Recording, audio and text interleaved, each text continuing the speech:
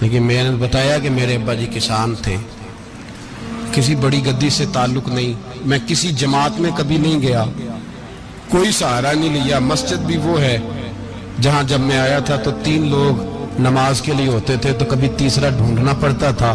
جتنے جلوے، جتنی رانائیاں، جتنا حسن، جتنی تازگیاں، اور میرے عزیزوں کے چہروں پر یہ جو نورانیت کا حسن آپ کو نظر آتا ہے نا، یہ میرے حضرت کی ہونٹ سے نکلی ہوئی صرف ایک دعا کا صدقہ ہے، صرف ایک دعا کا صدقہ ہے، صرف ایک دعا کا صدقہ۔ تو بھائی وہ کبھی کبھی یہ شعر پڑھتے ہیں نا میرے عزیز، تو وہ میرے لیے پڑھتے ہیں، میرے لیے شعر پڑھتے ہیں کہ جے کر سائیں وسون کچھ اجیاں نو پھر کیڑا مائی دا لال اجاڑ سکدا ہے، جے کر سائیں وسون کچھ اجیاں پھر کیڑا مائی دا لال۔ طاقت ہے کسی کی، ہمارے سامنے بھی کوئی کھڑا ہو سکتا ہے، کوئی باطل کوئی ہمارے سامنے بھی کھڑا ہو سکتا ہے۔ آپ یقین کریں جتنا دم خم اللہ نے میرے شیخ کی وجہ سے ہمارے سینے میں رکھا ہے، جہاں ہم ہوتے ہیں وہاں ہم ہی ہوتے ہیں۔ میں کوئی سہارا نہیں لیا زندگی میں، کسی کا نام لے کے اپنے آپ کو اونچا نہیں کیا، بس یہ تیری نظر کا کمال ہے اور میری زندگی کا سوال ہے۔ اور اس نظر پہ میں نے کہا مریں گے تو کفن پہ بھی نام لکھائیں گے، اور مریں گے تو قبر پہ کتبہ بھی تیرے نام کا لکھائیں گے، اور یہی جلوے لے کر کے انشاءاللہ جائیں گے، اسی نام سے پہچانے جائیں گے، اور انشاءاللہ وہاں بھی غلاموں کا رنگ نرالا ہی ہوگا۔ باتیں ہو ہی نہیں سکی، بھی تو ایک پہلو کھلا ہے، ابھی تو دفتر پیچھے پڑے، انشاءاللہ پھر ایک نشست رکھوں گا، ان کی باتیں پھر چھیڑوں گا، اور یہ باتیں ہوتی رہیں گی انشاءاللہ تعالی۔ مجھے لوگ پوچھتے ہیں ہر تقریر میں کہتے ہو میرے حضرت فرماتے ہیں، تو میں نے کہا کیا کروں، میں تو فرماتا ہی نہیں۔ آپ یقین کریں تیاری کوئی کرتا ہوں، جمعہ میں تقریر کوئی اور ہو جاتی ہے، وہاں کچھ اور، کتابیں کچھ اور دیکھ کے آتا ہوں، یہاں کچھ اور ہو جاتی ہے، پھر سمجھ آتی ہے کہ تو بولنے والا ہے ہی نہیں، کوئی اور ہے جو تجھے سبق پڑھاتا ہے، جو تجھے کہتا ہے اس طرح کر کے بات کر، اس طرح کر کے۔ ایک شخص مجھے ناروے سے رات فون کر رہا تھا، کہنے لگا حضرت صاحب آپ کی باتیں میرے سیدھے دل میں لگتی ہیں، اور یہاں بیٹھ کے صحیح ہو گیا ہوں، فیس بک پہ سن کے وجہ کیا ہے؟ میں کہتا مجھے بھی نہیں پتا، مجھے پتا ہو تو میں بتا نہ دوں، یہ مجھے نہیں پتا بھائی، مجھے کیا خبر کہاں یہ مسجد جو کہاں دنیا سے بھی دور ہے، اور کہاں ناروے، اور کہاں لندن، اور کہاں سارا زمانہ، اور کہاں یہ دنیا، ہمیں نہیں پتا۔ بس اتنی بات ہے کہ مالی دا کم پانی دینا، پھل کچے ہون یا پکے، تو پیر مریداں دے سر تے رہندا ہے، جھوٹے ہون یا سچے، یہ پکی بات ہے، یہ کنفرم بات ہے۔ اور مجھے تو کبھی کبھی لگتا ہے وہ صرف میرا ہی خیال نہیں رکھتے، جو مجھ فقیر سے جو وابستہ ہیں ان کا بھی بڑا خیال رکھتے ہیں۔ کئی دفعہ مجھے اپنے کئی عقیدت مندوں اور مریدوں کے پیچھے ان کے جلوے نظر آتے ہیں، مجھے ایسے لگتا ہے جیسے چھا گئی ہے ان پر میرے حضرت کی نورانیت، مجھے رنگ نظر آتا ہے اپنے درویشوں میں ان کے حسن کا۔ بس دعا کریں تا ابد آستانہ یار رہے، وہ آسرا ہے غریبوں کا۔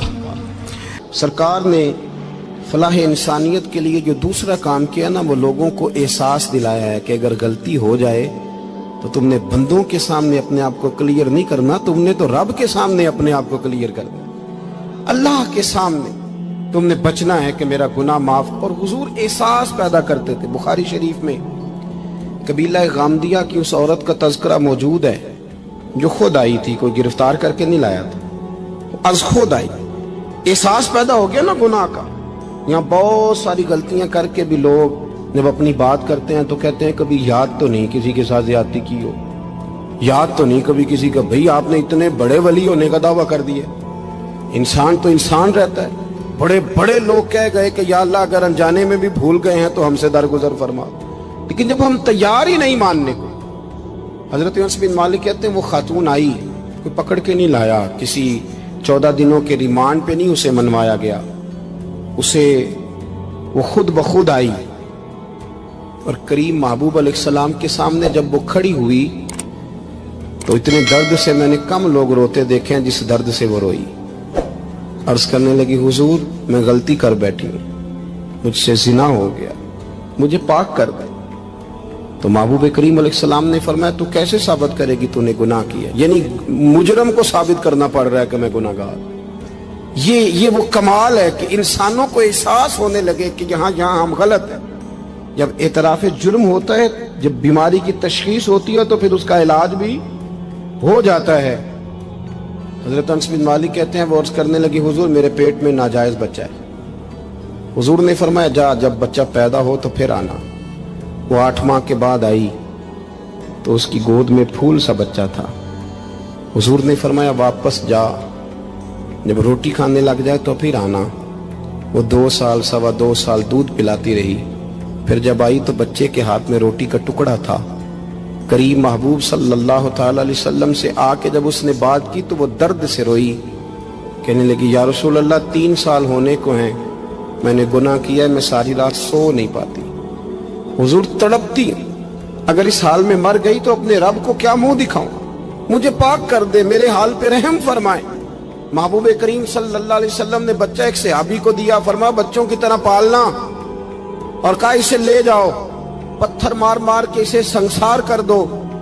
صحابہ کہتے ہیں اسے پتھر لگ رہے تھے اور حضور بے چینی کے ساتھ ٹہل رہے تھے۔ آ کے خبر دی حضور وہ تو وصال کر گئی، انتقال ہو گیا۔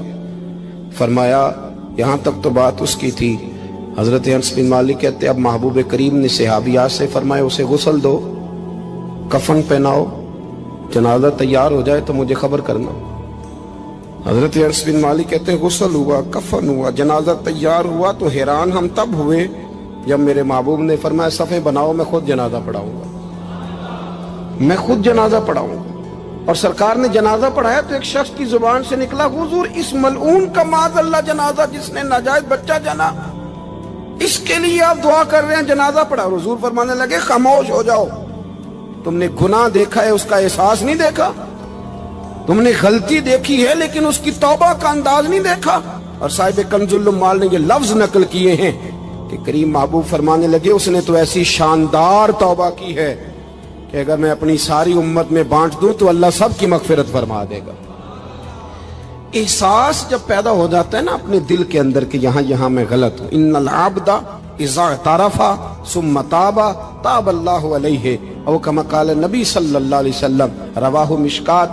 حضور نے فرمایا جب کوئی بندہ کہتا ہے نا اللہ میں بھول گیا تھا، اور پھر وہ توبہ کرتا ہے تو رب اس کی توبہ کو فوراً ہی قبول فرما لیتا ہے۔ پہلی بات یہ کہ عقائد کو مضبوط رکھیں، مضبوط عقائد۔ اور یہ جو آج کل ایک اور ماحول چل رہا ہے کہ تھوڑا ادھر کو تھوڑا ادھر، عقائد وہی درست ہیں جن کی تشریح شیخ عبداللہ محدث دہلوی نے فرمائی، عقائد وہی درست ہیں جن کی بابت حضرت مجدد الفسانی لکھ گئے، اور ان سب کو اگر کھلا کر کے بیان کیا تو امام احمد رضا فاضل بریلوی نے بیان کیا۔ انہی بزرگوں کی باتوں کو کھول کر ہمارے سامنے رکھا، مضبوط عقائد کی زندگی گزاریں۔ اور دوسری بات اگر کبھی کوئی غلطی ہو جائے پھر اس کا احساس پیدا کریں، پھر اس سے توبہ کریں۔ تیسری بات جو فلاح انسانیت کے لیے بڑی ضروری ہے وہ یہ ہے کہ تھوڑا احساس پیدا کریں دوسروں کا۔ میری زندگی میری ذات سے شروع ہوتی ہے، میری ذات سے، میرے سے ہنس کے بولو، میری بات مانو، میرے پیچھے چلو، میرے آرام میں خلل نہ آئے، میری طبیعت کے مطابق۔ بھئی آپ کی طبیعت کے مطابق چلیں تو پھر تو آپ بہت بڑے خود غرض ہوئے کہ آپ نے صرف اپنے لیے سوچا۔ محبوب کریم کا کمال یہ تھا کہ حضور نہ دوسروں کا بڑا احساس فرماتے تھے۔ آپ بخاری مسلم کی وہ حدیث پڑھیں تو حیران ہو جائیں کہ سرکار فرماتے ہیں میں جب نماز کی نیت باندھتا ہوں تو میرا دل کرتا ہے میں لمبی نماز پڑھاؤں، جب میرا کسی کام کرنے کو دل کرے تو پھر میں ساری دنیا کچلنی پڑے تو میں کر جاتا ہوں، لیکن حضور فرمانے لگے کہ میرا دل کرتا ہے میں لمبی نماز پڑھاؤں، لیکن پھر میرا خیال آتا ہے کہ پیچھے بوڑھے بھی ہیں، بیمار بھی ہیں، بچے بھی ہیں۔ یا رسول اللہ نماز اللہ کی اور خیال بندوں کا؟ فرمایا میں بوڑھوں، بیماروں اور بچوں کا خیال کرتے ہوئے اللہ کی نماز کو مختصر کر دیتا ہوں۔ احساس جب طبیعت ہمارے ہاں نا تیزی کے ساتھ احساس ختم ہوا ہے، تیزی کے ساتھ ہم نے اتنی نفی شروع کی ہمارے تو اہل تصوف میں اللہ ماشاءاللہ اب تربیت کا طریقہ یہ ہے کہ صرف میں ہوں، میرے سوا کوئی بھی نہیں۔ صحابہ کرام علیہم رضوان کی عادت تھی کہ جب کسی سے ملاقات کرتے تو السلام علیکم کے بعد سورہ عصر کی تلاوت کیا کرتے تھے۔ اس کا مقصد ایک دوسرے کو سبق یاد کرانا ہوتا تھا، نئے سرے سے عزم نو کرنا ہوتا تھا۔ اس صورت کے مضامین ایک دوسرے کو یاد کرانا مقصد تھا۔ سورہ بڑی معروف ہے اور قرآن مجید کی جو الفاظ کے لحاظ سے مختصر صورتیں ہیں ان میں سے ایک ہے۔ اللہ تبارک و تعالی نے قسم اٹھا کے کہا والعصر، محبوب مجھے تیرے پاکیزہ زمانے کی قسم ہو، محبوب تیرے خوبصورت وقار والے، خلوص والے، پاکیزہ بھائی چارے والے تیرے زمانے کی مجھے قسم ہو، ان الانسان لفی خسر، بے شک انسان نقصان میں ہے۔ مطلق فرما دیں، تاکید لگا کے، ان الانسان لفی خسر، بے شک انسان نقصان میں ہے۔ یا اللہ سارے، فرمایا الا الذین، سوائے ان لوگوں کے، کون؟ جن میں 4 خوبیاں پائی جائیں۔ الا الذین آمنوا، ایک تو وہ ایمان لائیں، وعملوا الصالحات، اور پھر نیک اعمال کریں۔ ایمان لائیں، نیک اعمال کریں، اور پھر چپ نہ کر جائیں، وتواصوا بالحق، پھر حق بات کا اعلان کریں۔ ایمان لائیں، عمل صالح کریں، تیسرا کام کیا کرنا ہے؟ چلیں سارے بولیں گے تو اعلان بھی ہوگا نا، ایسے تھوڑی ہوگا کہ 1-2 آدمی اعلان کرے تو دنیا جاگ جائے۔ حق بات کا اعلان کرنا ہے۔ ایمان لانے کے بعد، عمل صالح کرنے کے بعد تیسرا حکم کیا ہے؟ آپس میں حق بات کی تلقین کرو، اور حق بات کی تم تلقین کرو، اور پھر تمہیں کوئی کہے کچھ نہ، پھر تم پہ ظلم نہ ہو، پھر تمہیں ستایا نہ جائے، یہ کیسے ہو سکتا ہے؟ پھر تم بڑے پاک صاحبزادے، پیرزادے، علامہ صاحب، سیاستدان، بیوروکریٹ بن کے بڑی ایک طرف ہو کے آرام سے زندگی گزارو سارے، تم یہ کیسے ہو سکتا ہے؟ وتواصوا بالحق، جب تم حق بات کی نصیحت کرو گے پھر تکلیف آئے گی، پھر کیا کرنا ہے؟ وتواصوا بالصبر، پھر ایک دوسرے کو صبر کی نصیحت بھی کرنی ہے۔ وتواصوا بالحق، ایمان لانے کے بعد، عمل صالح کرنے کے بعد تیسرا کام کیا کرنا ہے؟ ایک دوسرے کو حق بات کی نصیحت کریں، اور پھر رستے میں تکلیف آئے گی، آزمائش آئے گی، پھر کیا کریں؟ وتواصوا بالصبر، پھر صبر کی تلقین بھی کریں۔ یہ قرآن مجید نے 4 شرطیں لگائیں، فرمایا جس بندے میں یہ 4 خوبیاں پائی جائیں گی اسے اللہ کامیابی عطا فرمائے گا۔ مسلمان کی سوچ کے خلاف ہے یہ بات، یہ قرآن کی فکر کے خلاف ہے کہ اپنی فکر کرو۔ برما کے لیے، کشمیر کے لیے، فلسطین کے لیے بات نہ کرو، اپنی فکر کرو۔ یہ قرآن کی سوچ کے خلاف ہے، یہ قرآن کے پیغام کے خلاف ہے۔ اس لیے کہ اگر صرف اپنی بات ہوتی تو آمنو اور عاملوا الصالحات پہ بات ختم ہو گئی ہوتی، پھر بات آگے نہ چلتی۔ جب کہا گیا وتواصوا بالحق، حق بات کی تلقین کرنی ہے۔ اگر بات صرف اپنی ذات کی ہوتی تو ٹھیک ہو گیا تھا، نماز پڑھی، روزہ رکھا، حج کیا، ختم ہو گئی۔ لیکن میرے نبی پاک صلی اللہ تعالی علیہ وسلم نے ارشاد فرمایا، ایک بستی میں 2 3 4 نیک لوگ رہتے تھے۔ میرے پیارے کریم رسول فرماتے ہیں 3 4 بڑے پرہیزگار، متقی، صاف ستھرے صوفی صاحب، درویش صاحب، علامہ صاحب، بڑے جو کہتے تھے بالکل جی میں کوئی بات نہیں کرتا، کسی بادشاہ کو نہیں چھیڑتا، میں تو بس لوگوں کو اللہ اللہ بتاتا ہوں، میرا کوئی تعلق نہیں، کوئی مرے کوئی جیے، بڑے نیک، صاف ستھرے، پرہیزگار۔ باقی ساری بستی گناہ کرتی تھی۔ نبی پاک علیہ السلام فرماتے ہیں رب کریم نے کچھ عرصے تک مہلت دی، پھر مشیت خداوندی، اللہ کا قانون حرکت میں آیا تو کہا جبریل ساری بستی تباہ کر دو، تباہ کر دو۔ اللہ مہلت دیتا ہے، مہلت دیتا ہے۔ ہم لوگ سمجھتے ہیں نہیں ہماری سیاسی چالیں صحیح چل رہی ہیں، اللہ مہلت دیتا ہے۔ رب کریم نے فرمایا جبریل انہیں تباہ کر دو۔ تو حضرت جبریل امین علیہ السلام نے عرض کی مولا وہاں تو تیرے 3 4 بڑے نیک بندے بھی رہتے ہیں، بڑے پرہیزگار، سچ بولنے والے، دیانتداری والے، حاجی صاحب، نمازی صاحب، صوفی صاحب، پیر صاحب، بڑے خوبصورت، ان کا کیا کریں؟ میرے محبوب پاک علیہ السلام فرماتے ہیں رب کریم نے فرمایا سب سے پہلے انہیں تباہ کرنا۔ سب سے پہلے انہیں سب سے پہلے، اور الٹ دو بستی، پہلے ان کا نمبر لگاؤ۔ یا اللہ ان کی کیا غلطی ہے؟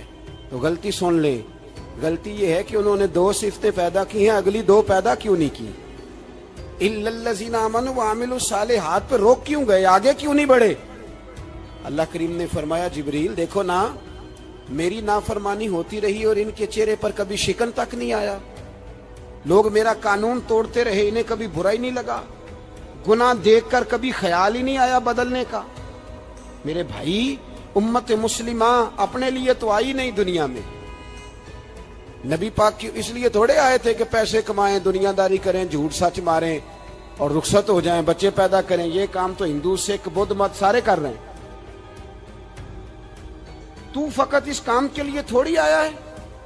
کنتم خیر امت اخرجت للناس، اللہ فرماتے ہیں میرے محبوب کے غلاموں تم بہترین امت ہو، میں نے تمہیں امتوں کے بھلے کے لیے پیدا فرمایا ہے، تمہیں لوگوں کی امامت کے لیے دنیا میں بھیجا ہے۔ اے نوجوان مسلم، کبھی یہ تدبر بھی کیا تو نے؟ وہ کون سا گردو ہے جس کا ہے تو ایک ٹوٹا ہوا تارا؟ تو نے کبھی سوچا ہے تو کیا ہے؟ پتا ہے تجھے؟ روزی کماؤ، روٹی کماؤ، اور اب تو بہت سارے لوگ جھوٹ کی دنیا میں زندہ ہیں، جھوٹ بولتے ہیں اپنے آپ کے ساتھ، دائیں بائیں فراڈ کر رہے ہیں اپنی ذات کے ساتھ، خول بنا لیا اس میں بند ہو گئے، باہر ہی نہیں نکل۔ اپنے ملک کی سوچو، اپنی بات کرو۔ علامہ اقبال نے پتہ کیا کہا تھا؟ اقبال نے، یہ سنو، جو لوگ کہتے ہیں پہلے پاکستان، برما کے مسلمان بعد میں کشمیر کے مسلمان پہلے سنو اقبال کیا کہتے ہیں۔ اقبال کہنے لگے ان تازہ خداؤں میں بڑا سب سے وطن ہے، ان تازہ خداؤں میں بڑا کون؟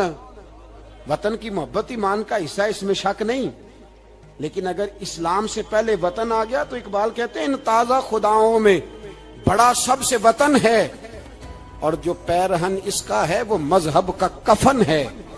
فرماتے ہیں جو وطن اوڑھ لیتا ہے اس نے اپنے مذہب کو دفن کر دیا۔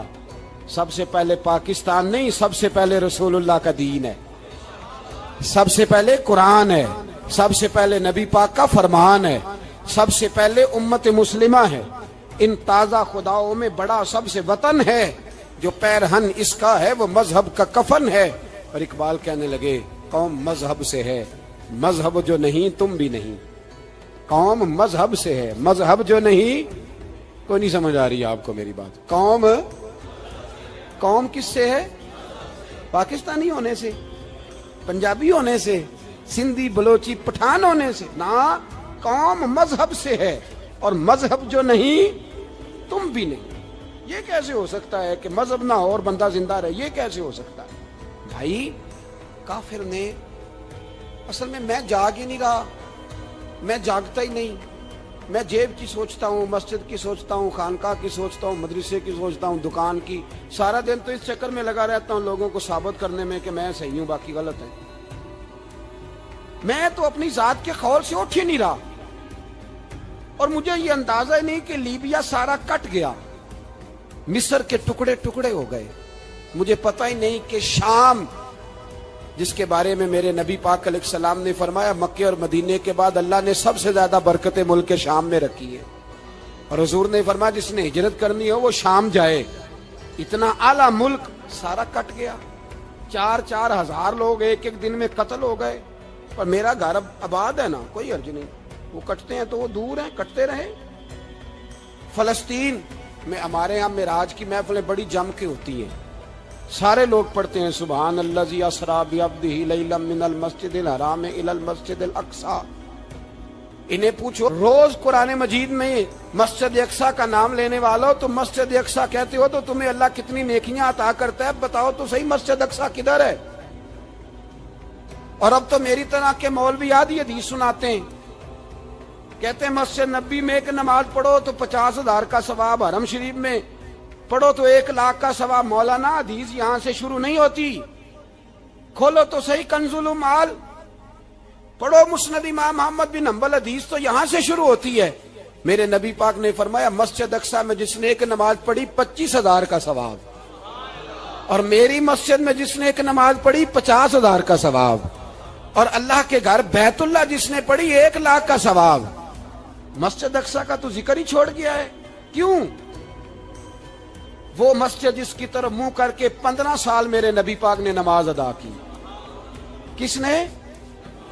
بولیے گا 15 سال تک، 2 ہجری میں 13 سال مکے میں، 2 سال مدینے میں، مسجد اقصی کی طرف جدھر منہ کر کے تیرے اور میرے رسول نماز پڑھتے رہے۔ آج وہ مسجد یہودی کے قبضے میں ہے، کئی جمعے تالا رہتا ہے، وہاں نماز نہیں پڑھنے دی جاتی۔ مجھے کیا لگے اس بات سے، میری مسجد میں تھوڑی لگا ہوا ہے۔ ایسی ہوا چلی ہے کہ ہر شخص سوچتا ہے تمام شہر جلے بس ایک میرا گھر نہ جلے۔ بھائی یہ وہ دور ہے جس دور میں ذرا سی بھی کسی شخص کو تکلیف ہوتی ہے تو عالمی میڈیا پہ بات جاتی ہے، موبائل جیبوں میں فوراً تصویریں کیش ہوتی ہیں۔ میں اور آپ، ہمارا اس قوم سے تعلق ہے جس قوم کے بچے کٹ گئے، ذبح ہو گئے، عورتوں کے پستان کاٹ کے برما کے بدھوں نے ان کے کباب بنا کے کھا لیے، چھوٹے چھوٹے بچوں کی لاشیں انہوں نے لٹکا ڈالی۔ اور یہاں میں حکومت کی کیا بات کروں، یہاں کسی سیاستدان کو مکھی کاٹ جائے تو ہمارے پھٹے آباد ہو جاتے ہیں بحث کرنے کے لیے۔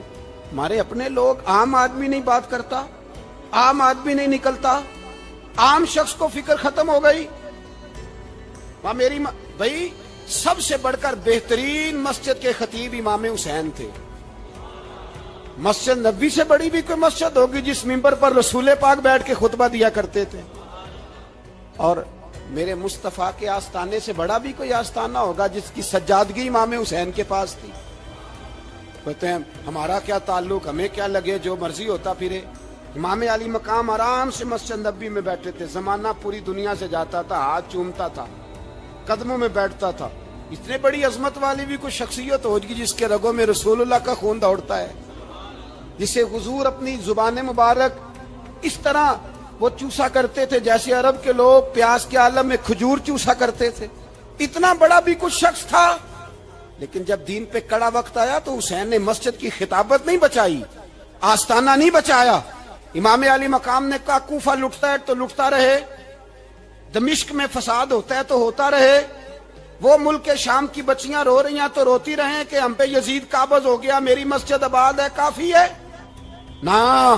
امام حسین نکلے اور نکل کے کہنے لگے جنت البقیع والی جگہ پہ کھڑے ہو کہ یا رسول اللہ میں جا رہا ہوں اور آپ کے لیے جا رہا ہوں، اس لیے کہ مجھے اس شام کو بچانا ہے جس شام میں رسول اللہ کا کلمہ پڑھنے والے لوگ بستے ہیں۔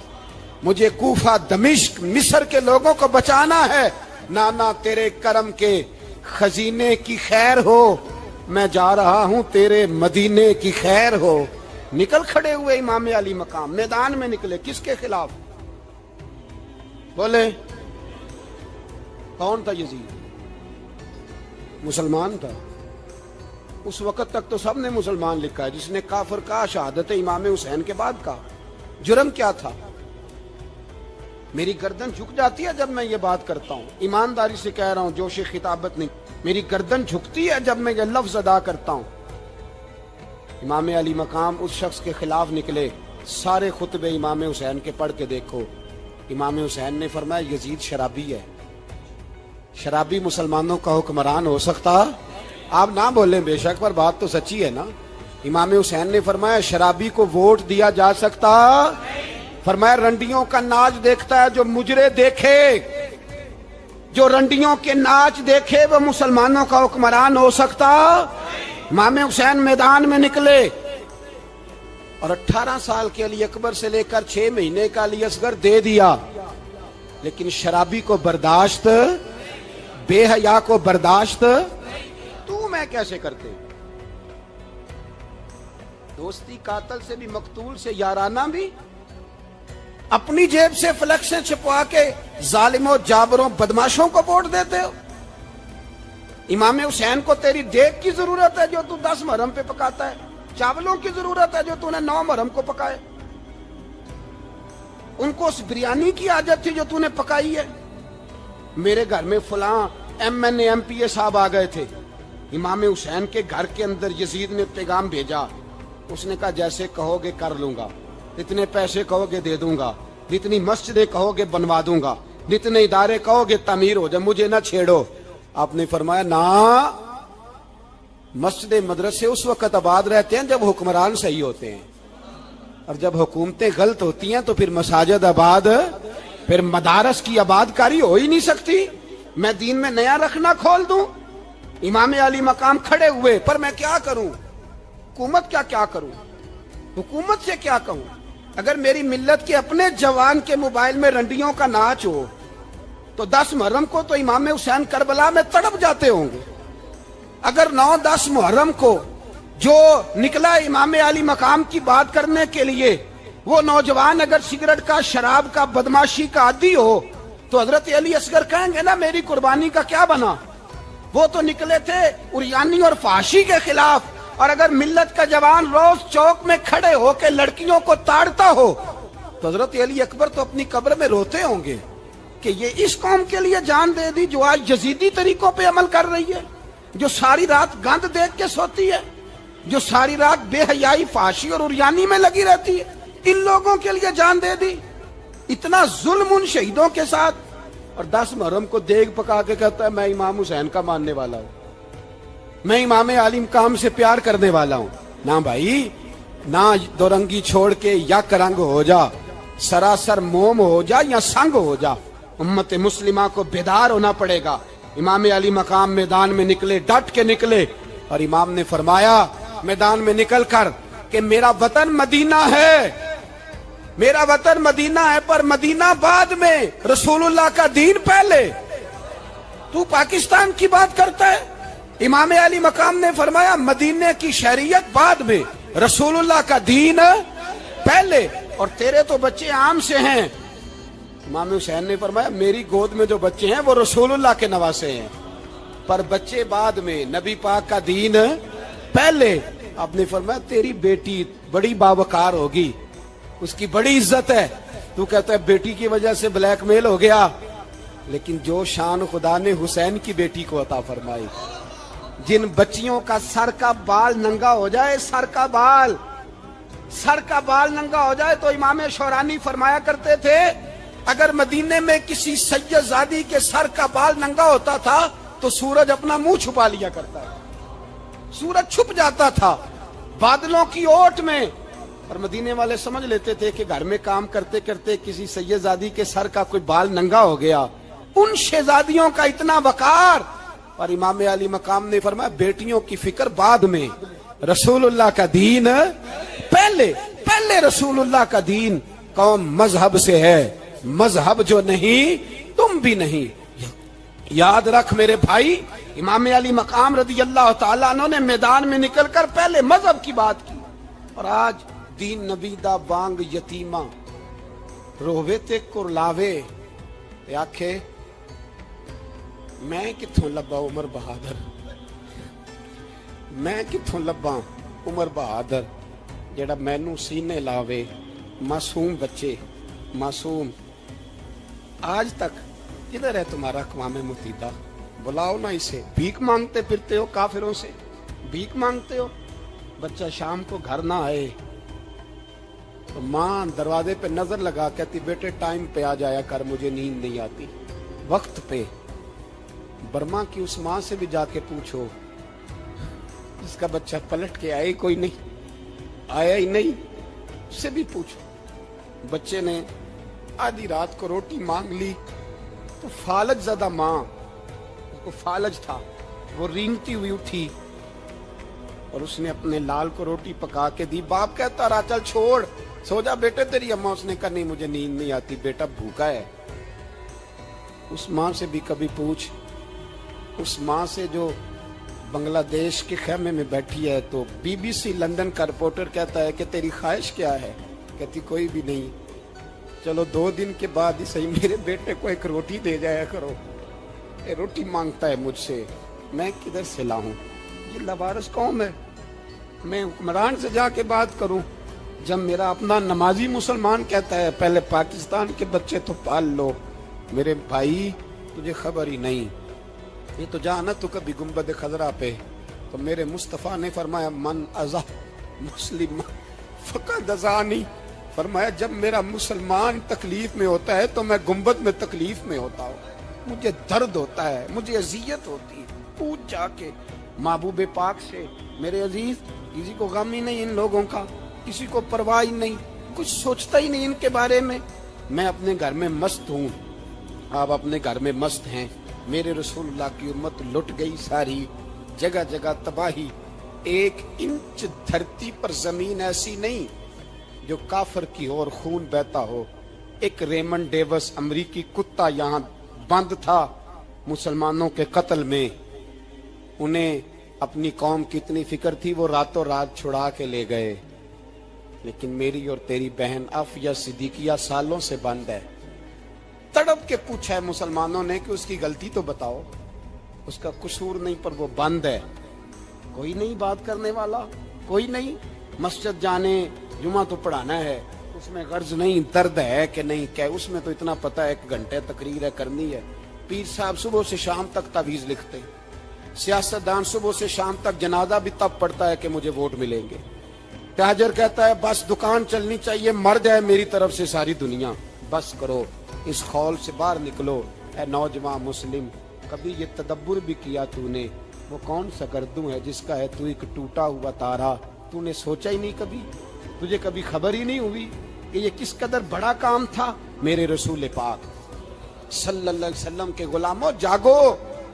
میں دعائی دیتا پھرتا ہوں، میں کہتا ہوں جٹ بن کے بڑا جی لیا، بٹ رائیں انصاری بن کے بڑا جیا، بس کر دو، بس کر دو۔ اب مسلمان بن کے جینا سیکھو، اب اپنی پہچان رسول اللہ کی غلامی بناؤ۔ اب کہو پہلے دین باقی ہر چیز بعد میں، بس کرو، بہت ہو چکا ہمارے ساتھ، اب تھوڑا جاگو۔ میں بہت ساری باتیں دل میں لے کے آیا تھا جو آپ سے کرنی تھی، پر یہ لفظ ہیں کہ ٹوٹتے ہی جا رہے ہیں، بات ہے کہ سمت کا تعین ہی نہیں ہو پا رہا۔ میرے بھائی، میں تو کبھی کبھی سوچتا ہوں لگتا ہے رب بھی ناراض ہو گیا ہے اور ہمیں منانے کا طریقہ بھی بھول گیا ہے۔ نہ ہماری مسجدوں میں تہجد پڑھی جاتی ہے، نہ کسی کو نماز توبہ یاد رہی، نہ کوئی استسقاء والا ہے، کوئی نہیں۔ جو پیر صاحب کے پاس جا کے بیٹھتا ہے تھپکی دیتے ہیں، کہتے ہیں جا تیرا کام ہو جائے گا، موج کر۔ کبھی نہیں کوئی کہتا توبہ بھی کر، استغفار بھی پڑھ، یہ داڑھی پوری کر، دین رسول اللہ کا اس کی طرف تو توجہ کر۔ کوئی تبلیغ ہی نہیں کرتا، سارے پھوکا پھاکی پہ لگ گئے ہیں، کوئی خیال ہی نہیں آ رہا کسی شخص کو کہ ہماری تباہیوں کا سبب کیا ہے۔ علاقہ تک کا برس فتح ہوا، تمام لوگ نعرے لگا رہے ہیں، حضرت ابو ذر غفاری کونے میں بیٹھ کے رونے لگ گئے۔ مسلمانوں کو فتح ملی، سب لوگ نعرے لگا رہے ہیں، خوشی ہو رہی ہے کہ علاقہ فتح ہو گیا۔ حضرت ابو ذر غفاری رونے لگے اور تڑپ کے روئے۔ لوگوں نے کہا ابو ذر کیوں روتے ہو؟ آپ فرمانے لگے یہ لوگ برسوں سے قابض تھے اس شہر پر، یہ جن لوگوں سے آج ہم نے لیا ہے یہ برسوں سے، دل کے کانوں سے کھل سننے والی بات ہے۔ فرمانے لگے یہ برسوں سے قابض تھے، انہوں نے اللہ کی نافرمانی کی ہے تو آج علاقہ ان کے ہاتھوں سے نکل گیا ہے۔ میں رو اس لیے رہا ہوں کہ خدایا کہیں ہم سے بھی نافرمانی نہ ہو اور یہ ہمارے ہاتھوں سے بھی نہ نکل جائے۔ شام نکل نہیں گیا ہمارے ہاتھوں سے، لیبیا نکل گیا، مصر نکل گیا، عراق نکل گیا، افغانستان نکل گیا، اور اگر دیکھو تو بلا واسطہ ہر جگہ کافر کا ڈیرا، وہ رو رہے ہیں، کہتے ہیں جب قوم اللہ کی نافرمانی کرتی ہے تو علاقے نکل جاتے، تڑپ رہے ہیں۔ مجھے کوئی فکر نہیں، کوئی نہیں رویا مصر کے جانے پر، کوئی نہیں رویا لیبیا کی تباہی پر، شام کے بچوں پہ کوئی نہیں رویا۔ ہم لوگ یہاں عید مناتے رہے، عید پر لوگ نئے کپڑے لیتے رہے اور برما کے مسلمانوں کو کفن تک نصیب نہ ہوا، کوئی نہیں تڑپا ان لوگوں پر، کسی کو خیال نہیں آیا۔ صاحب امام علی مقام کی فکر کو سمجھو، اس پر غور کرو، بس کر دو، نیند بڑی لمبی ہو گئی، اب اٹھو اس بیداری سے، اٹھو۔ جب قومیں نافرمانی کرتی ہیں تو ملک چھن جاتے ہیں، اور کافر باری باری کر کے باریاں لگا رہا ہے، باری باری تمہیں کئی دفعہ دھمکیاں دے چکا ہے، وہ تمہارا نمبر کئی دفعہ لگا چکا ہے، اب خواب غفلت سے اٹھ جاؤ، آگ پیروں تک آ گئی ہے، ایسا نہ ہو جلا ڈالے سارا کچھ۔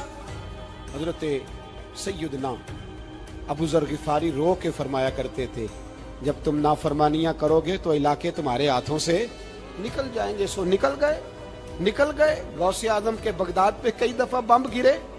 مولا علی شیر خدا کا شہر نجف کئی دفعہ بم کی نظر ہوا. امام علی مقام کے کربلا میں اب تک کئی دفعہ جنگیں ہو چکی، اس لیے کہ ہم نافرمانی کرتے ہیں، علاقے چھن جاتے ہیں. دوسری بات یہ کہ پھر ہمیں وہ طریقہ بھی نہیں آتا جس سے رب کو منایا جاتا ہے. آپ یقین کریں، مسلمان پہ ایک 5 وقت کی نماز ہے، وہ بھی بوجھ ہے. 2.5 گھنٹے کی تقریر اور 5 منٹ کی جماعت میں لوگ بھاگتے پھرتے، بڑا مشکل ہے. آج تک مسلمان ایک 5 وقتہ نماز پڑھنے کے لیے بہانے ڈھونڈ رہا ہے ابھی تک. تو وہ مسلمان کہاں سے آئیں گے جو رات کو رویا کرتے تھے، راتوں کو اٹھ کے روتے تھے تو سویرے اللہ کافر کے مقابلے میں اتنی مدد کرتا تھا کہ 10 مسلمان لاکھوں کو بھگا دیا کرتے تھے. اس لیے کہ مدد کس کی شامل ہوتی تھی؟ بول کے بتائیے، کون مدد کرتا تھا؟ کیونکہ دیکھیں نا، یہ ہمیں طریقہ بتایا نبی پاک نے. اللہ حضور سے راضی تھا کہ نہیں؟ یار اس پہ جلدی جلدی بولو. اللہ راضی تھا نا؟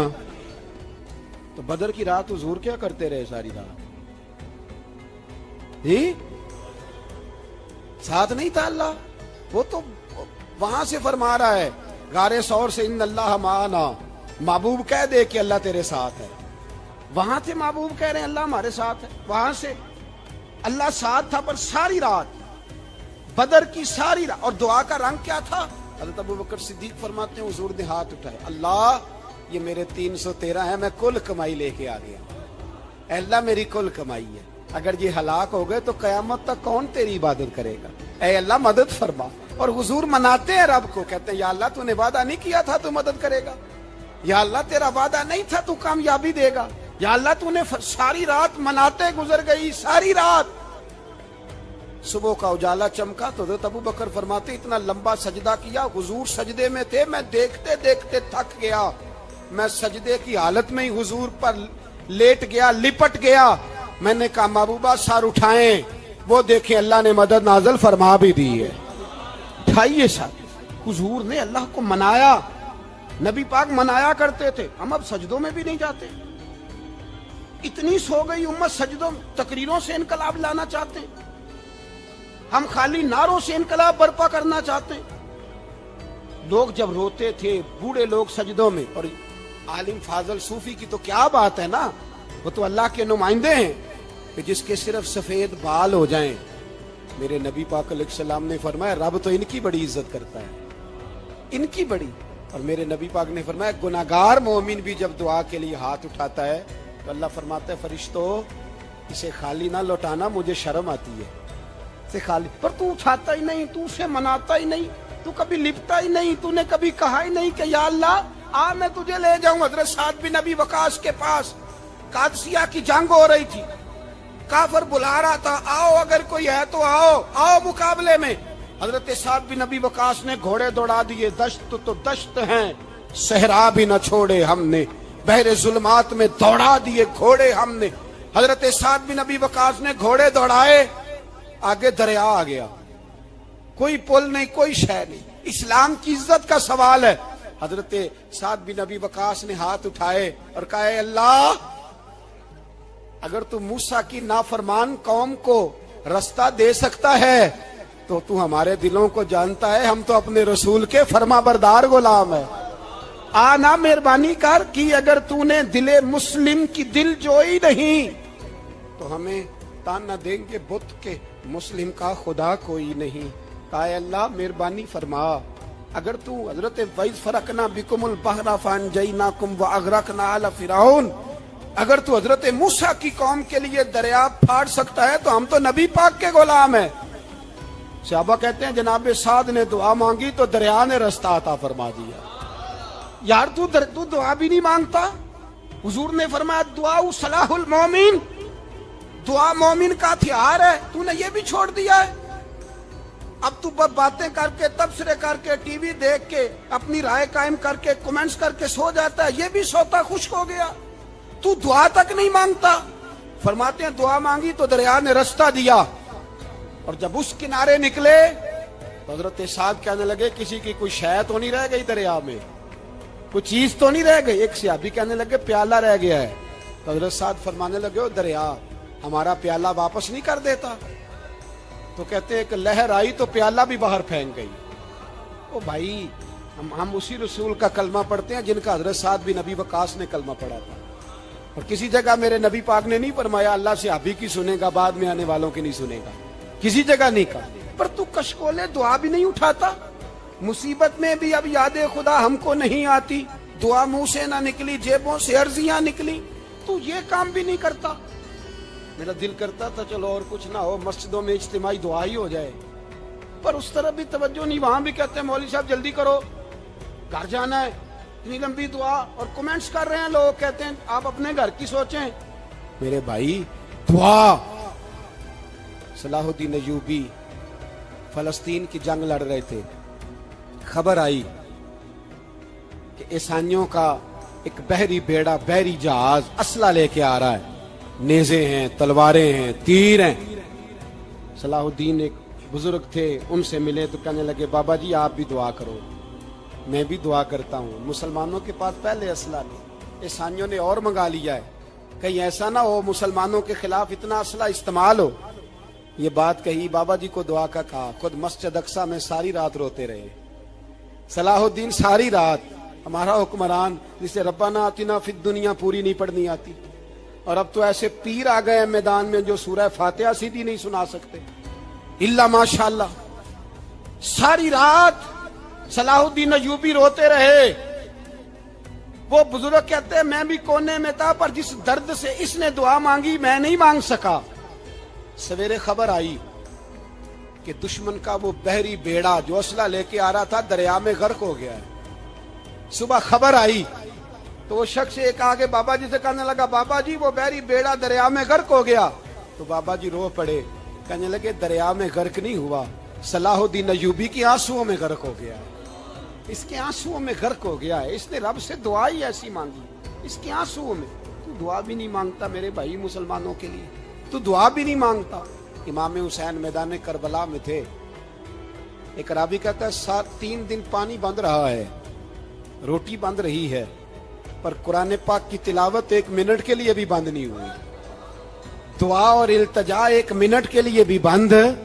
حسین کے خیمے سے یہ آواز بار بار آتی رہی, یا اللہ استقامت بھی دے اور صبر بھی عطا فرما. دعا کا رستہ بند, تلاوت بند نہیں ہوئی, اللہ کی بارگاہ میں سجدے بند نہیں ہوئے, چھوڑ گیا. تو دعا تک نہیں مانگتا. دعا تو انقلاب برپا کر دیتی ہے, دعا تو حالات بدل دیتی ہے, دعا تو تبدیلی لے آتی ہے. کوئی بیٹھا ہوا مجھے دور دعا دیتا ہے, بس دعا دیتا, فقط دعا دیتا ہے. کوئی بیٹھا ہوا مجھے دور دعا دیتا ہے, میں ڈوبتا ہوں پر سمندر اچھال دیتا ہے. وہ بھائی تو دعا بھی چھوڑ گیا. پہلی بات آپ کی خدمت میں یہ ہے کہ جاگیں, مسلمان بنیں. دوسرا کچھ نہیں کر سکتے تو دعا تو کر سکتے ہیں نا, دعا کا رستہ اپنائیں. اور پھر میرے نبی پاک علیہ السلام نے 2 باتیں فرمائی, کان کھول کے سن لینا. 2 باتیں حضور نے فرمایا ایک وقت آئے گا کہ میری امت کے خلاف کافر ایک دوسرے کو آوازیں دیں گے آؤ مسلمانوں کو ماریں, آؤ مسلمانوں. تو صحابہ نے کہا یا رسول اللہ کیوں, ہم تھوڑے ہو جائیں گے؟ فرمایا نہیں تم بہت زیادہ ہوں گے. 56 اسلامی ملک ہیں دنیا میں, کتنے بول کے بتانا ہے. اتنا سا برما ہے, کسی غیر مسلم کا کتا مر جائے تو یہ چیخ پڑتے ہیں, اور یہاں کہتی ہے اقوام متحدہ کہ جی وہ ہمیں داخل نہیں ہونے دے رہے. تو بند کرو پھر سلامتی کونسل, تحلیل کر دو, اقوام متحدہ ختم کرو. اگر تمہاری کو سنتا نہیں تو بنائی کیا ہے, صرف مسلمانوں کو پریشرائز کرنے کے لیے. اور ہمارے مسلمان بھیک مانگتے پھرتے ہیں, کہتا ہے کہا ہے ہم نے اقوام متحدہ سے. اب تم اپنے لیے کافر سے بھیک مانگو گے, کافر سے بھیک مانگو گے. میرے عزیز نبی پاک علیہ الصلوۃ والسلام نے فرمایا کافر ایک دوسرے کو بلائیں گے مسلمانوں کو مارے. یا رسول اللہ ہم تھوڑے ہوں گے. فرمایا بہت زیادہ ہوں گے. تو حضور کیا ہوگا؟ فرمایا تمہیں وہن ہو جائے گا. یا رسول اللہ وہ کیا ہے؟ فرمایا دنیا سے پیار ہو جائے گا, مرنے کو دل نہیں کرے گا دنیا سے, اور مرنے کو اس وقت سمجھ لینا کافر تم پہ حاوی ہے. میں اپنا اندازہ کروں، آپ اپنا کریں، مجھے دولت سے کتنا پیار ہے اور آپ کو کتنا پیار ہے۔ جھانک کے سنیں یہ لفظ رسول پاک کے صلی اللہ علیہ، حضور نے فرمایا جب تجھے دنیا سے پیار ہو جائے، دولت سے پیار ہو جائے، اقتدار سے پیار ہو جائے، اور جب تجھے موت بری لگنے لگے، تیرا مرنے کو دل نہ کرے، پھر کافر تیرے اوپر چڑھ آئے گا۔ آج دولت ہی تو رہ گئی ہے، باقی بچا کیا ہے؟ میں اکثر کہتا ہوں شادیاں نہیں ہوتی، تجارتیں ہوتی ہیں۔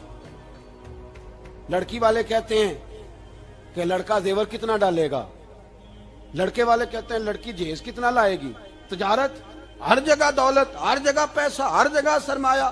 جہاں جس معاشرے میں تلاوت بکے، نعت بکے، تقریر بکے، اس سے زیادہ اور تباہی کا معاملہ کیا ہوگا؟ میرے عزیز، میرے رسول پاک علیہ الصلوۃ والسلام کے صحابہ کے قریب دنیا داری آ سکی؟ نہیں آئی۔ حضرت ابو بکر صدیق نے پانی مانگا تو لوگوں نے دودھ دیا، فرمایا پیچھے کرو۔ ابو بکر نے نعمتیں چھوڑ دیے۔ اب ابو بکر وہ والا کام کرتا ہے جو رسول پاک نے کیا ہے، فرمایا نہ دودھ شاید پیش نہ کرو، جو مانگتا ہوں بس وہ دو۔ حضرت ابو بکر صدیق نے بڑے مالدار تھے۔ حضرت عمر فاروق رضی اللہ تعالیٰ عنہ کے پاس صحابہ کرام جمع ہو کے آئے، کون سا ایسا شخص ہے جس کی تنخواہ میں اضافہ ہو جائے؟ تو لوگ کہتے ہیں نہیں مجھے نہیں چاہیے، پر ہم نے وہ لوگ دیکھے ہیں۔ حاجی صادق صاحب کو مسجد والوں نے کہا 1000 روپیہ تنخواہ بڑھانی ہے، تو حاجی صاحب کہنے لگے میرا بڑا سونا گزارا ہوتا ہے، مینوں نہیں بڑے نے۔ حضرت سیدنا عمر فاروق رضی اللہ عنہ صحابہ اکٹھے ہو کے گئے، کہنے لگے عمر حضور کے زمانے میں بظاہر غربت رہی، جناب صدیق اکبر کے زمانے میں غربت، اب تو بڑی ریل پیل ہے، بحرین سے لاکھوں کا مال آتا ہے، آپ کو بڑے بڑے سفیر ملنے آتے ہیں، پر آپ وہی پرانا کرتا اور وہی طامت جو کئی جگہ سے سی آپ نے کئی جگہ سے پھٹی۔ اور حضرت عمر ایک دن عید کی نماز پڑھانے گئے تھے تو ننگے پیر ہی چلے گئے۔ لوگوں نے کہا جوتا، فرمایا ٹوٹ گیا تھا یار، پہننے کے قابل نہیں تھا۔ فرمایا ننگے پیر آ گئے ہو، لوگ کیا کہیں گے؟ فرمایا چھوڑو، عمر کے پاؤں ننگے ہیں لیکن عمر کے کردار میں تو کوئی شک نہیں نا، پیر ہی ننگے ہیں نا، کیا ہوا؟ چھوڑو اس بات کو، کوئی پیار نہیں دنیا داری سے، دولت سے، کوئی چکر ہی نہیں۔ حضرت سیدنا عمر فاروق رضی اللہ تعالیٰ عنہ کو صحابہ نے اکٹھے ہو کے کہا، یہ ہے امت کے بیدار ہونے کے طریقے جو عرض کر رہا ہوں۔ کہا جناب آپ اب بڑا مال غنیمت ہے، اور جس طرح ہر صحابی کا حصہ ہے آپ کا بھی حصہ ہے، تو ایک نیا کرتا ہی ڈال لیں آپ خرید کے۔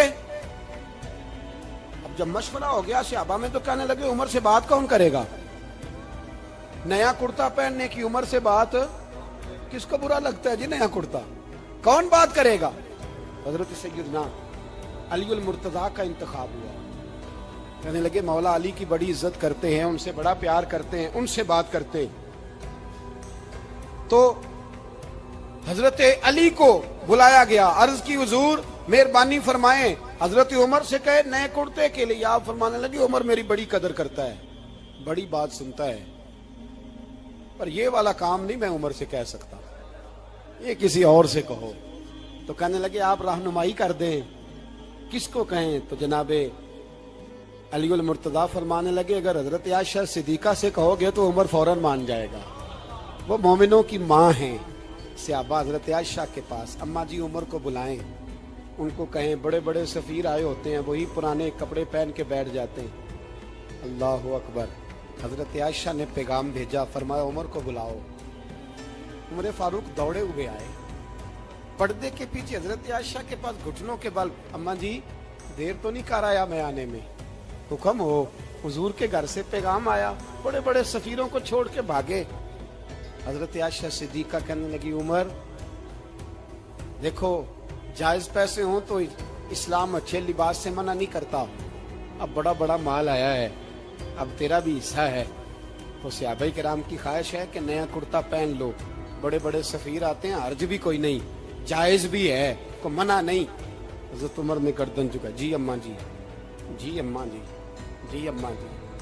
حضرت عائشہ کہتی ہیں بات ختم ہوئی، عمر نے گردن اٹھائی تو عمر کی داڑھی آنسوؤں سے بھری ہوئی، کہتی ہے مجھے کہنے لگے اماں جی میں تو صرف مسجد میں دیکھا کرتا تھا، آپ تو مصطفیٰ کو دن رات دیکھتی تھی، جس طرح کے کرتے آمنہ کے لال نے پہنے ہیں مجھے بھی پہنا دو، میں تیار ہوں، میں پہن لوں گا۔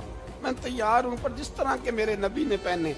حضرت عائشہ کہتی ہے میں پھوٹ کے روئی, میرا پلو آنسوؤں سے بھر گیا. فرماتی ہیں میں عمر کی بات سنتی گئی تو میرا پلو آنسوؤں سے. میں نے کہا عمر تو جا, تو ٹھیک ہے. فرماتی ہے عمر فاروق سلام کر کے اٹھے, امیر المومنین چلے گئے. اس کونے میں صحابہ چھپے ہوئے تھے, وہ آئے. کہا اماں جی کیا بات ہوئی؟ تو میں پھر رو پڑی. میں نے کہا کیا بتاؤں, تمہیں پرانے کرتے نظر آتے ہیں, اسے محمد عربی کے جلوے نظر آتے ہیں, اسے رسول اللہ کا رنگ نظر آتا ہے, اسے وہ غلامی نظر آتی ہے. عمر کو دنیا سے پیار, اور دنیا سے پیار نہیں تھا, دعا پتہ کیا تھی؟ یوں جھولی اٹھا کے اللہ مرزقنا شہادتن فی سبیلک وجعل موت فی بلد حبیبک. اللہ عمر کو بسترے والی موت نہ دینا, موت شہادت کی دینا. اور میں میدان میں جا کے نہیں مرنا چاہتا, مجھے رسول اللہ کے شہر میں موت چاہیے, باہر جا کے نہیں. یہی میدان لگے مدینے میں, یہی موت آئے, اسباب بنا. میں مدینہ بھی نہیں چھوڑنا چاہتا. او بھائی ان لوگوں کو نہیں پیار تھا. جناب صدیق اکبر کا وصال ہوا تو زہر کے اثر سے, وہ جو آپ کو زہر لگا تھا, بعض مفسرین نے لکھا ہے کبھی کبھی وہ جو سانپ نے ڈسا تھا تو کبھی کبھی اس کا اثر آتا تھا, بس اللہ نے شہادت دینی تھی کبھی کبھی, ورنہ تو بڑی شفائیں تھیں. حضرت عمر شہید, حضرت عثمان, جناب علی, امام حسن, امام حسین, علی اکبر, علی اصغر, حضرت عباس, حضرت سعد بن معاذ, حضرت امیر حمزہ, مصعب بن عمیر. میرے محبوب نے تو لسٹ بنائی شہیدوں کی, لسٹ بنائی شہیدوں کی. شہادت سے پیار کیا رسول اللہ صلی اللہ علیہ وسلم کے غلاموں نے, پیار کیا شہادت سے. اسی لیے تو کافر اٹھ نہیں سکا کہ شہادت سے. حضرت سعد بن معاذ رضی اللہ تعالیٰ عنہ کو زخم لگ گیا, جنگ سے زندہ آ گئے لیکن زخم ہے, رو کے کہنے لگے محبوبہ سارے شہید ہو گئے, میں ایسے ہی رہ گیا. حضور نے فرمایا نہیں, رب تجھے بھی شہادت کی موت ہی عطا فرمائے گا. اسی زخم میں پردہ ہو گیا. میرے بھائی حضرت عمر بن جموح رضی اللہ تعالیٰ عنہ 4 بیٹے لے کے احد کے میدان میں آئے. کہا محبوبہ میرے 4 ہی تھے, میں سارے لے آیا ہوں, سارے ہی قبول ہیں؟ فرمایا ٹھیک ہے. پھر خود بھی زرہ پہن لی, ایک ٹانگ سے لنگڑے تھے, ٹانگ چھوٹی تھی. حضور نے فرمایا تو نے کیوں لباس پہن لیا ہے؟ کہا حضور میں نے بھی تو جہاد پہ جانا ہے نا. حضور نے فرمایا تیرے 4 بیٹے تو جا رہے ہیں. تو کہا یا رسول اللہ کیا لنگڑے جنت میں نہیں جا سکتے؟ حضور لنگڑے اللہ کو قبول نہیں, میں نہیں جا سکتا. میرے نبی پاک صلی اللہ علیہ وسلم نے فرمایا نہیں, جنت تو تیرا انتظار کر رہی ہے. کہا حضور پھر میں بھی جاؤں گا, بچے جائیں گے تو میں بھی جاؤں گا. ایک بی بی احد کے دن 3 سال کا بچہ لے کے گھر سے نکلی. بیبیوں کو کہتی ہے میرا خامد بھی بدر میں شہید ہوا, بھائی بھی اور باپ بھی. آج حضور نے پھر بلایا ہے, دل کرتا تھا کوئی جوان بیٹا ہوتا تو میں پیش کرتی, پر اب میرے پاس یہ 3 سال کا ہی ہے. بچہ لیا مدینے میں مسجد نبوی میں. حضرت بلال سے کہنے لگی 2 منٹ حضور کا دیدار چاہیے. نبی پاک آئے, کیسے آئی ہو؟ کہنے لگی محبوبہ میں شہید کی بیٹی, شہید کی بہن, شہید کی بیوہ ہوں. میرے پاس اب جوان تو کوئی نہیں, یہ 3 سال کا ہی ہے. حضور نے مسکرا کے فرمایا یہ کرے گا کیا کرے گا؟ کہنے لگی حضور سنا ہے اسلحہ تھوڑا ہے, ڈھال کی ضرورت ہے. لوہے کی ڈھال ہوتی تھی, جب تلوار آتی تھی تو آگے کی جاتی تھی. کہا محبوبہ میرا شہید کی اماں بننے کو بڑا دل کرتا ہے, یہ میرا 3 سال کا لے جاؤ, جب تیر آپ کی طرف آیا تو میرا بیٹا آگے کر دینا, یہ ڈھال کا کام تو دے گا نا. ہنستے ہوئے محبوب کی آنکھوں میں آنسو آئے, بچے کو پکڑ کے سینے سے لگایا, ماتھا چوما, فرمایا جا تیرے ساتھ وعدہ ہے قیامت کے دن تجھے شہید کی اماں کہہ کے ہی پکارا جائے گا. وعدہ ہے تیرے ساتھ تجھے شہید کی. میرے بھائی مرنے کو دل ہی نہیں مسلمان. میرے نبی پاک صلی اللہ علیہ وسلم نے فرمایا جس کے دل میں کبھی شہادت کی آرزو پیدا نہیں ہوئی, اس کے سینے میں دھڑکنے والا دل مومن کا ہے ہی نہیں, وہ تو منافق ہے. جو کبھی دین کے رستے میں شہید ہونے کو, میرے بھائیوں دین کو بڑی ضرورت ہے, بڑی ضرورت, بڑی. اے خاصان رسول وقت دعا ہے, امت پہ تیری آ کے عجب وقت پڑا ہے, وہ دین جو بڑی شان سے نکلا تھا وطن سے، پردیس میں وہ آج غریب الغربا ہے۔ فریاد ہے اے کشتی امت کے نگہباں، بیڑا یہ تباہی کے قریب آن لگا ہے۔ اور ایک شاعر قلم توڑ گیا، کہنے لگا تجھ سے فریاد ہے اے گنبد خضرا والے، تجھ سے فریاد ہے اے گنبد خضرا والے، کعبے والوں کو ستاتے ہیں کلیسا والے۔ تجھ سے فریاد ہے اے گنبد خضرا، اپنے اندر دین کا درد پیدا کرو، ذوق پیدا کرو، مسلمان بن کے جینا سیکھو۔ جب کوئی برادری پوچھے تو کہو میں محمدی ہوتا ہوں، میں مصطفی ہوتا ہوں، میں رسول اللہ کا غلام ہوتا ہوں، میں پہلے مسلمان ہوں، باقی کچھ بعد میں ہوں۔ خدا را اپنے گھر میں پردہ کراؤ، خدا را رزق حلال کھاؤ، اگر پردے نہ ہو رزق حلال نہ ہو تو جذبہ جہاد پیدا نہیں ہوتا۔ خدا را اپنے اندر انقلاب برپا کرو، دین کے لیے جینا سیکھو۔ دین بڑا تڑپتا ہے، دین بڑا روتا ہے۔ رسول اللہ آج تجارت کرنے والے ملتے ہیں، آج سیاست کرنے والے ملتے ہیں، دین والے نہیں ملتے، دین کے درد والے نہیں ملتے۔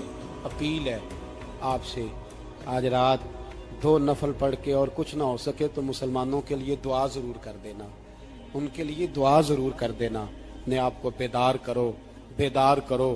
بھئی ہم تو آج تک اس لیے ڈر رہے ہیں کہ ہمارا چہرہ ہی نبی پاک جیسا نہیں بن سکا، تو داڑھی رکھنے میں بھی ہم ڈرتے ہیں، نمازی بننے، مسجد آباد کرنے میں، مسلمان کہلانے میں بھی تو خوف ہے۔ تو بتلاؤ نا اس سے آگے بات کب چلے گی؟ جہاد کی بات تو بڑی آگے جا کے ہے۔ بدل جاؤ، رسول اللہ کا غلام بن کے جینا سیکھو، نبی پاک صلی اللہ علیہ وسلم کی غلامی کا پٹا اپنے گلے میں ڈالو۔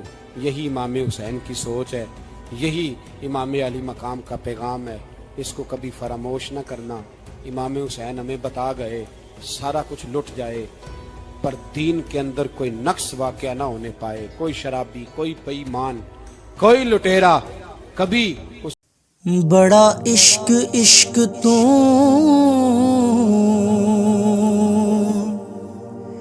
کرنا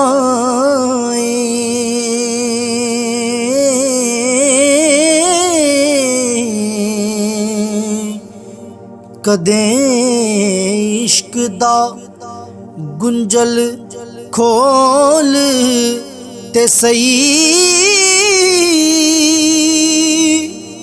تینوں مٹی وچ نہ رو